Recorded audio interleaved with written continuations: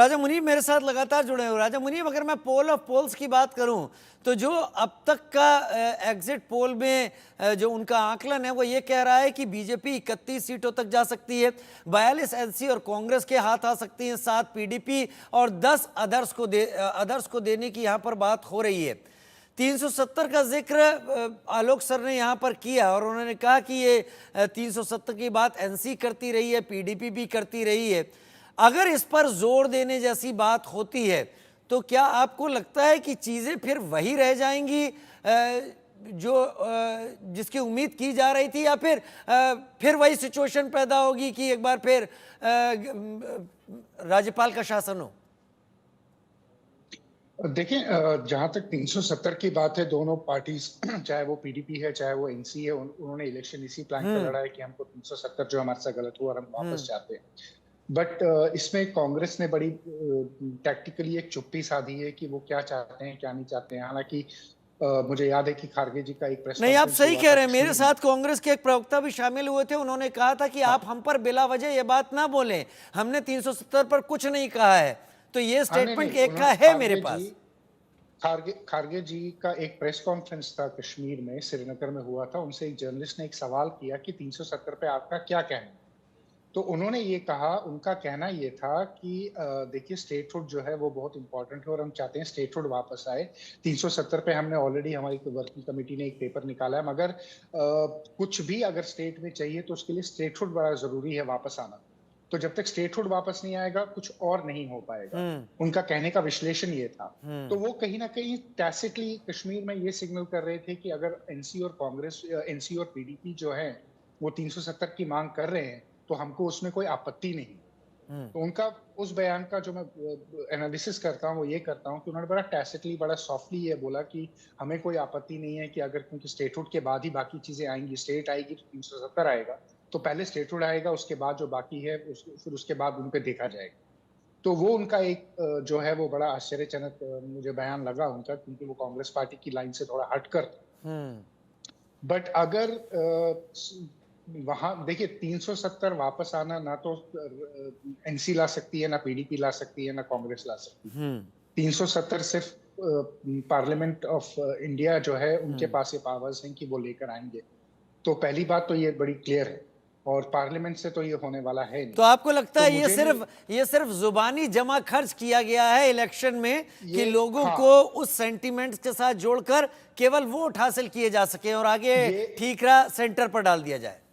जी, ये बिल्कुल वोट हासिल करने के लिए कश्मीर में सेंटिमेंट्स को दोबारा से एक बार अपनी तरफ लेने के लिए इन्होंने ये 370 का प्लान खेला है। दोनों पार्टी जानती है कि ये पॉसिबल नहीं है, कांग्रेस भी जानती है कि उनके बस में नहीं है 370 वापस लाना। इसलिए ये क्या करेंगे, ये इन्होंने 370 का मुद्दा तो बनाया, अभी उसको सेंटर पे डाल देंगे कि हम तो कोशिश कर रहे हैं मगर सेंटर नहीं चाहती, और वोट लेने के लिए इन्होंने इसको ये पूरा ये खेल रचा है 370 को लेकर। आलोक सर से एक बात पूछता हूं। आलोक सर, जब चुनाव चल रहे थे, और मैं गलत नहीं हूं, आप इस बात को करेक्ट कीजिएगा, मुझे याद आ रहा है कि शायद जम्मू में महबूबा मुफ्ती ने बयान दिया था कि मैं चैलेंज करती हूं कि 15 से ज्यादा सीटें लाकर भी बीजेपी नहीं दिखा सकती। अब टेंटेटिवली जो सारा एक पोल ऑफ पोल्स का एवरेज आ रहा है वो 31 सीट्स पर आ रहा है। तो 31 सीट्स तो मान सकते हैं कि अगर इस एग्जिट पोल को एज इट इज ले लिया जाए तो बीजेपी वहां पर पहुंच रही है, और कुछ डेंट लगता है तो उससे कमजोर पीडीपी की महबूबा मुफ्ती होती है, या पीडीपी पार्टी के तौर पर कमजोर होती है कि आकलन करने में फेल रही है? बिल्कुल, आपने ठीक कहा। जो उनका दावा है, मुझे लगता है कि जरा अति उनका भी सोच रही है। और आप जो वहां पर भी गुलाम नबी आजाद की पार्टी का जो पुराना, चाहे ज्यादा वोट न भी मिले लेकिन उनका जो प्रभाव रहा है उसका भी फायदा बीजेपी को मिलेगा। और महबूबा मुफ्ती नेशनल कॉन्फ्रेंस के साथ, जैसा अभी आपने कहा, वो तो उनको लग रहा है जितनी सीटें मिले वो किसी तरह से यदि उनके साथ जुड़ जाए ताकि अपना अस्तित्व, पहले भी ऐसे वो तो पुराना परिवार का यदि देखा जाए तो अब्दुल्ला परिवार, मुफ्ती तो सब साथ में ही थे एक समय में, इसलिए अब उनके पास एकमात्र विकल्प यही रहेगा। और लेकिन अभी जो बात एक बार फिर से कहूंगा कि 370 को लेकर के ये कहना कि विधानसभा में तो पास करना ही अपने आप में, चाहे वो केंद्र पर टप्पा लगाए लेकिन विधानसभा में भी यदि पास करेंगे तो इसको एक बड़ा मुद्दा रहेगा। और अब्दुल्ला का तो वो भी कह रहा है कि पाकिस्तान से आप बात करिए, वो भी एक जो मुद्दा है भारत सरकार की नीति के विरुद्ध। एक बार नहीं, कांग्रेस कई पार्टी बार। भी कई बार हमेशा ये कहा है, महबूबा का भी इस तरह का स्टैंड रहा है, अतिवादियों का भी रहता है। तो इसमें पाकिस्तान वाला मुद्दा भी आएगा, जो सेंटिमेंट जम्मू में जिसका प्रभाव हुआ है। और इसलिए मैं फिर से कहूंगा कि वहां भी जो वर्षों से जिसके लिए श्यामा प्रसाद मुखर्जी ने जिसके लिए बलिदान दिया, क्या वहां पार्टी ऐसी वापस कोई ऐसी स्थिति आए जिससे कि वापस हम वहां जहां थे 90 के दशक में वहां पहुंच जाए, जहां पहले वैसे उग्रवाद हो, पत्थरबाजी शुरू हो जाए। क्योंकि सबसे बड़ा कारण यही होता है कि जब उसके बाद वहां पर उनको कई लोगों को जेल से छोड़ने का वायदा महबूबा मुफ्ती करती है, नेशनल कॉन्फ्रेंस करती है। जो लोग सचमुच में आतंकवादी आरोप में अंदर हैं, यदि उनको रिहा कर दिया जाए, देखिए रशीद इंजीनियर भी अभी जमानत पर आए, उन पर जितने साबित होगा नहीं होगा वो बाद में है, लेकिन यदि आप रिहा कर देंगे और फिर से पत्थरबाजी शुरू होगी, तो ये दुनिया की स्थिति देखते हुए कई ताकतें, भारत, चीन हो, पाकिस्तान ही नहीं, दुनिया की और ताकतें भी जम्मू कश्मीर में शांति के लिए नहीं हो, उससे भारत कमजोर हो, ये देखना चाहते हैं। भारत के लोग नहीं चाहते कभी। इसलिए इसके लिए तो भारत सरकार को फुट डाउन करके, जैसा अभी किया गया था 370, कभी भाजपा ने भी नहीं सोचा होगा कि 370 ऐसे एक झटके में खत्म हो जाएगा। किसी ने नहीं सोचा था, क्योंकि कोई सरकार अटल बिहारी वाजपेयी भी नहीं कर पाए थे ऐसा काम जो प्रधानमंत्री नरेंद्र मोदी ने किया है। इसलिए मुझे लगता है कि चुनाव इस जैसा वो कह रहे हैं। अच्छा, स्टेटहुड का एक लाइन, हाँ मैं कहना रह गया, स्टेटहुड का तो वायदा प्रधानमंत्री नरेंद्र मोदी और अमित शाह संसद में कर चुके हैं। हाँ, वो पहले ही हो ये चुका है। चालाकी, तो ये कांग्रेस ने चालाकी जो स्टेटहुड जो बोल रहे हैं, उनको मालूम है कि स्टेटहुड तो देने को बीजेपी वैसे ही तैयार है, तो श्रेय हमको क्यों नहीं लिया जाए, जैसे संविधान बदल देंगे, वो नारा दे करके कई जगह लोकसभा में हरवा दिया, जबकि संविधान नहीं बदला जा रहा था, ना आरक्षण बदला जा रहा था, ना कुछ हो रहा था। तो परसेप्शन में जहां बीजेपी फेल होती है, उस जो कि मैं जानता हूं जम्मू कश्मीर लोग ये कहते हैं स्टेटहुड पर 370, जबकि स्टेटहुड और 370 अलग अलग चीजें हैं।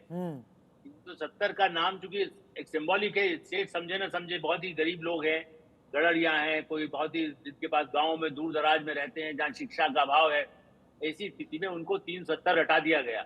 उसका नुकसान जरूर भाजपा को है, लेकिन जम्मू में उतना उसका फायदा भी है, क्योंकि वहां के ऐसे लोगों को वोट का अधिकार मिला जो पिछले 60 एग्जैक्टली मैं राजा मुनीब को आपकी इस बात की तरफ ले जाना चाहूंगा। राजा मुनीब साहब, पाकिस्तान की लगातार कोशिश रही थी कि जम्मू कश्मीर में लोग अपने लोकतांत्रिक अधिकारों का यानी वोटिंग के अधिकारों का इस्तेमाल ना करें। कॉल आती थी, बंद होते थे, वोटिंग के लिए ना जाइए। ऐसी भी खबरें थी कि लोगों के हाथों में स्याही देखी जाती थी, किस किस ने वोट को ऑप्ट किया है। ये दौर से इस दौर में आना, जब 70% तक हम वोटिंग पर जा रहे हैं, ये अपने हक का इस्तेमाल करने का जो स्वाद, जो एक तरीका जम्मू कश्मीर की पब्लिक को लगा है, क्या ये ऐसी चीज है जो अब इर्रिवर्सिबल है और यहां पर पाकिस्तान मात खा गया, किसी के भी हक में ये रिजल्ट जाए, लेकिन यहां पर एक बड़ी जीत हो गई? ये तो बहुत बड़ी जीत है और ये लोगों को भी समझ आ गया है कश्मीर में कि वोट का पावर कितना इंपॉर्टेंट है और वोट देना कितना इंपॉर्टेंट है। पाकिस्तान को तो 2019 के बाद मात मिली गई थी कश्मीर में, उसके बाद उनके पास कोई भी नहीं रहा, क्योंकि उनकी सेपरेटिस्ट पॉलिटिक्स खत्म हो गई, उनकी पत्थरबाजी खत्म हो गई, सब कुछ खत्म हो गया।